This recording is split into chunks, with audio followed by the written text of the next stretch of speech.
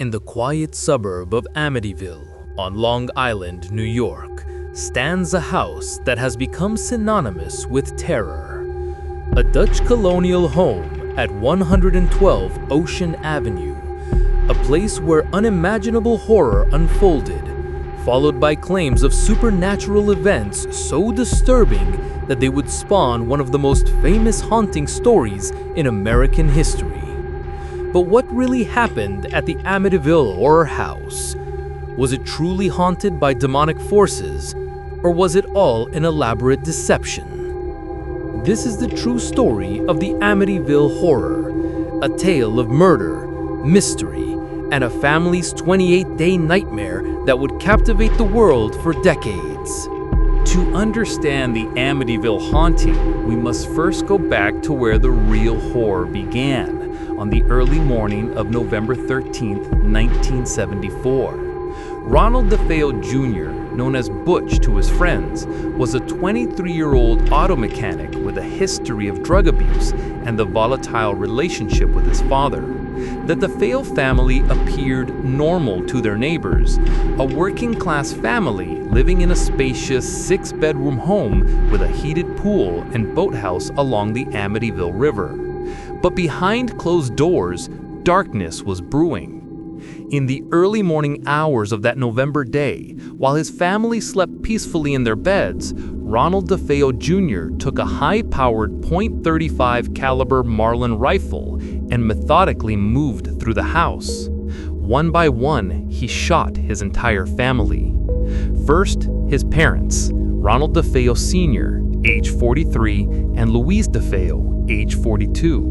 Then he turned the gun on his siblings, 18-year-old Dawn, 13-year-old Allison, 12-year-old Mark, and 9-year-old John Matthew. 6 people, all shot while they slept. All found lying face down in their beds, dressed in nightclothes. Strangely, despite the rifle shots echoing through the house, neighbors heard nothing. No screams, no sounds of struggle. It was as if the entire family had been under some kind of spell.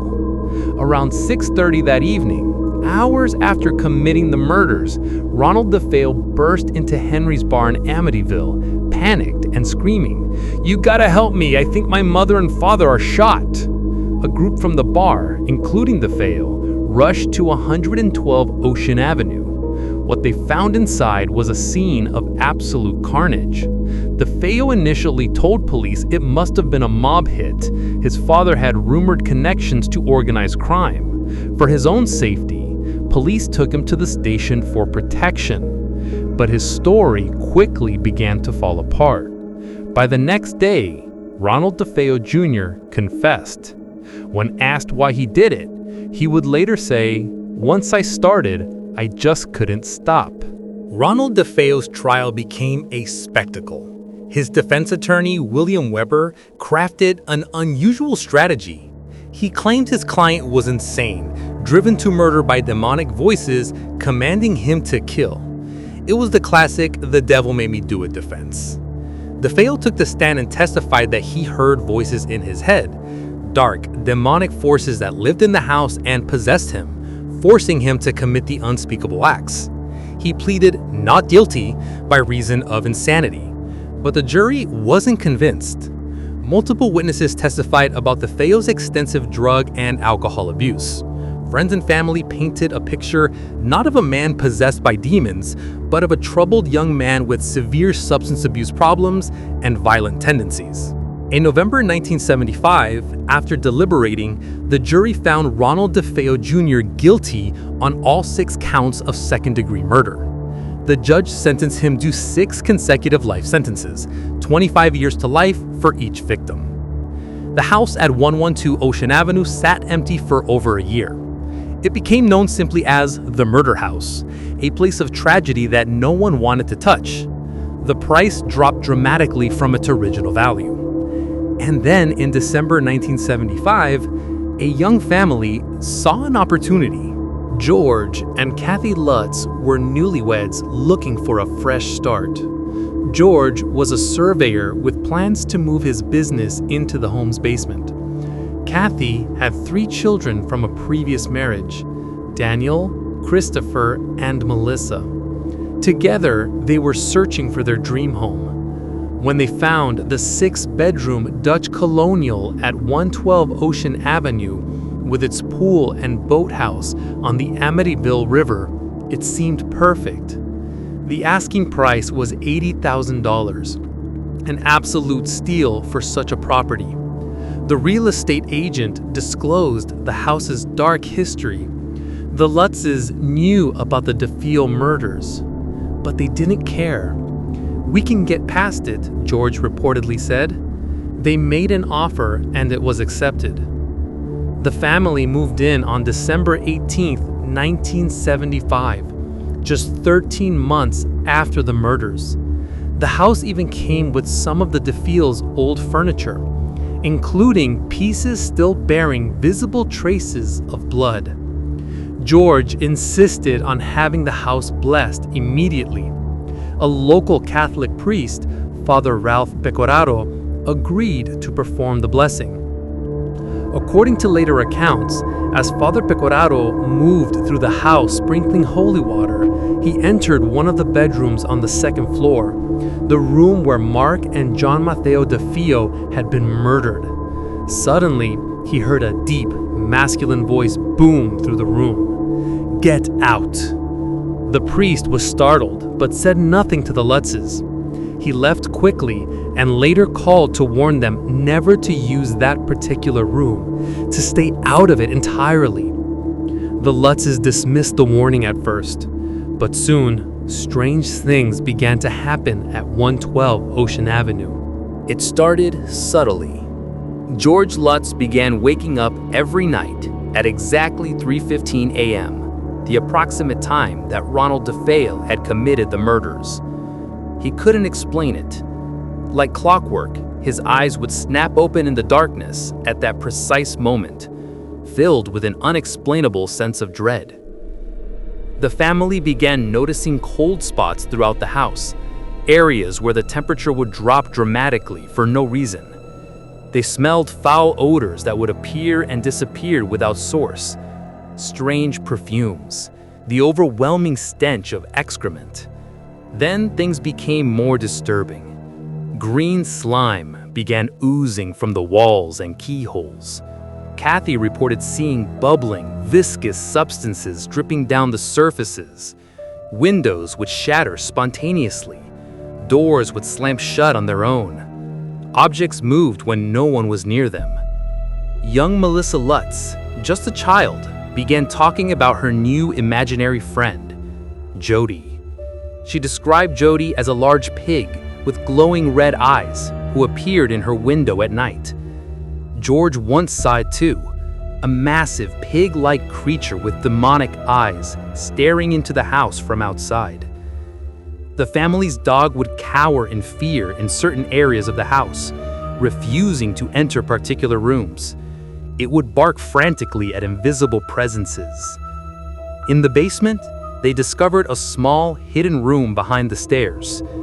The walls were painted bright red, later dubbed the Red Room. The room wasn't on any of the house's blueprints. The family dog refused to go near it. George reported feeling an overwhelming evil emanating from that space.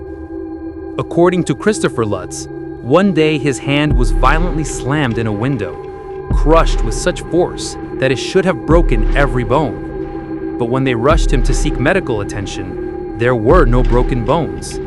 His hand appeared to heal almost immediately, as if by some supernatural force. The activity escalated. Kathy reported seeing apparitions, hooded figures in the shadows. George's personality began to change. He became withdrawn, irritable, obsessed with keeping the fireplace burning constantly, despite it being winter and having a functioning heating system. Some family members later claimed he would sit for hours, staring into the flames. One night, Kathy reportedly levitated off her bed. George witnessed it, his wife floating in the air, suspended by invisible forces. The voices grew louder. "Get out!" they would hear scream through the house. the same phrase Father Pecoraro had heard during the blessing. After just 28 days, on January 14, 1976, the Lutz family fled 112 Ocean Avenue in the middle of the night. They took almost nothing with them. They left furniture, possessions, their entire lives behind. They went first to Kathy's mother's house, then left New York entirely. They never returned.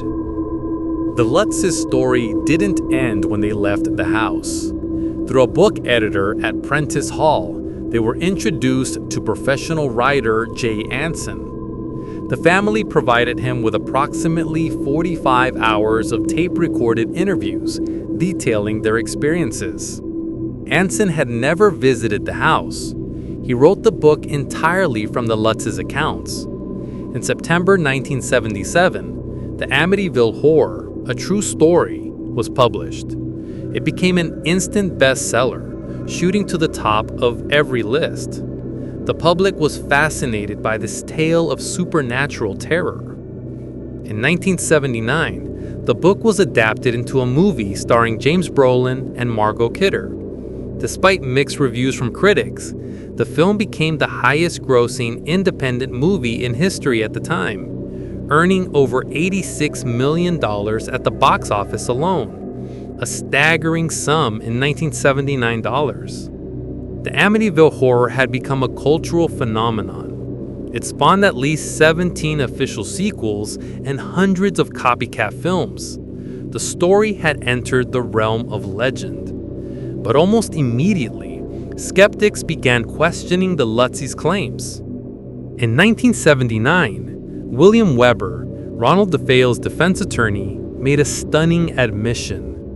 He told a current affair that he, George and Kathy Lutz, had fabricated the haunting story together over many bottles of wine. According to Weber, he had been trying to create interest in a book about the DeFeo murders called Devil on My Back. He claimed that during brainstorming sessions, they took real-life details from the murder case and transformed them into supernatural events. A neighbor's cat that used to peer into the DeFeo's window became the red-eyed pig demon. An incident where Ronald DeFeo Sr. had hit his wife while she held a plate of spaghetti with red sauce became the mysterious red substance on the walls, which somehow transformed into the green slime in the story. We took real-life incidents and transposed them, Weber confessed. In other words, it was a hoax. The Lutzes vehemently denied these accusations. They sued Weber, though he countersued, claiming he deserved a share of the book's profits.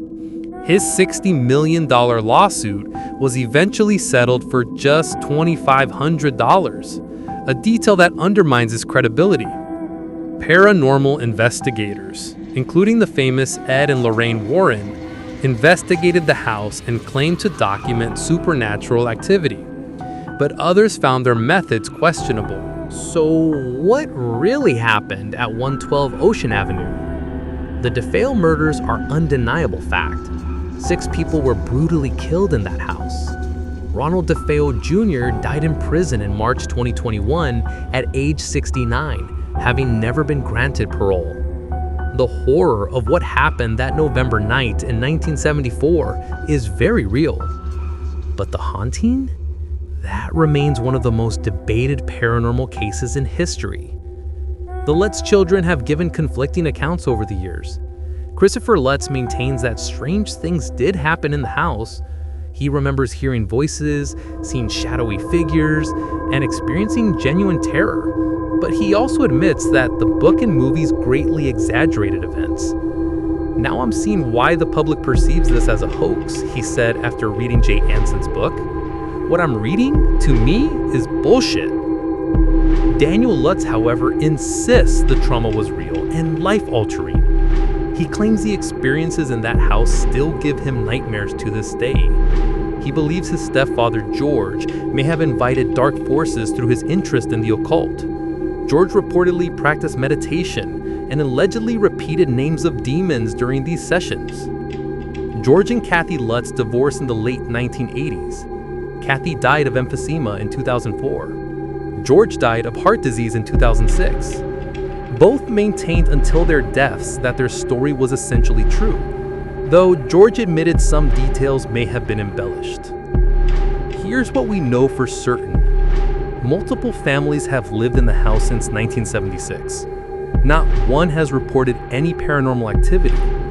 The Cromartie family, who purchased the house from the Lutzes, were harassed so badly by Amityville Horror fans, people ringing the doorbell at all hours, stealing shingles from the roof, taking chunks of lawn, that they too had to eventually move out. The house still stands today, though the address has been changed to discourage tourists. The distinctive quarter-round windows that gave the house its jack-o'-lantern appearance in the films have been removed. The house has been completely renovated and looks dramatically different. It last sold in 2016 for $850,000. Proof that the murder and haunting legend, while infamous, haven't completely destroyed the property's value. Robert Bartholomew, a sociologist specializing in mass hysteria, put it bluntly, the Amityville myth persists in the face of overwhelming evidence to the contrary. It's starkly obvious that it's a hoax, but people still want to believe. Perhaps that's the real story of Amityville. Not a tale of demonic possession or supernatural evil, but something equally disturbing. The story of how tragedy can be transformed into entertainment, how trauma can be commercialized, and how the human need to believe in the paranormal can override skepticism and evidence. The real horror of 112 Ocean Avenue isn't ghosts or demons. It's the very real murders of 6 innocent people. A tragedy that will forever haunt that address, regardless of what supernatural stories surround it. Ronald DeFeo Jr. himself may have said it best.